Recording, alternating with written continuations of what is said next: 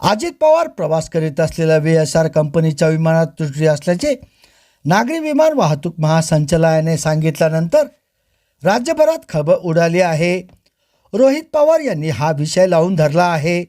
अजित पवार यांच्या अपघाती मृत्यू प्रकरणी रोहित पवार यांनी आक्रमक भूमिका घेतली आहे.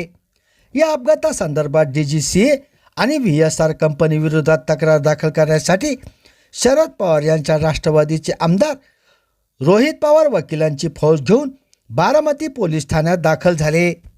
यावेळी त्यांनी FIR दाखल करण्याची मागणी केली, मात्र पोलिसांनी FIR दाखल करण्यास नकार दिला. दरम्यान रोहित पवार यांनी ट्विट करत तिघांविरोधात FIR दाखल करण्याची मागणी केली. अजितदादांच्या संशयास्पद अपघाती निधनाने लोकांमध्ये प्रचंड संतापाची लाट आहे.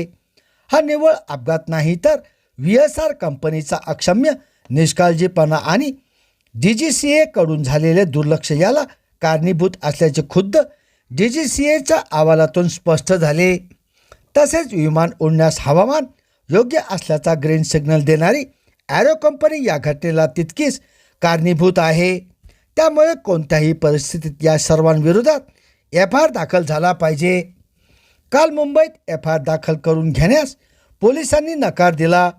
त्यामुळे ज्या पोलीस ठाण्याच्या हद्दीत ही घटना घडली त्या बारामती तालुका पोलीस ठाण्यात दादांवर प्रेम करणाऱ्या सर्वसामान्य माणसांसह जाऊन सर्व कायदेशीर बाबी स्पष्ट करत या प्रकरणी FIR दाखल करण्याची मागणी करण्यात आली. परंतु इथेही दबावाखाली असलेल्या पोलिसांनी FIR दाखल करून घेण्यास असमर्थता दर्शवली. ही अजितदादांच्या मृत्यूची क्रूर चेष्टा असून ती कदापि खपवून घेतली जाणार नाही.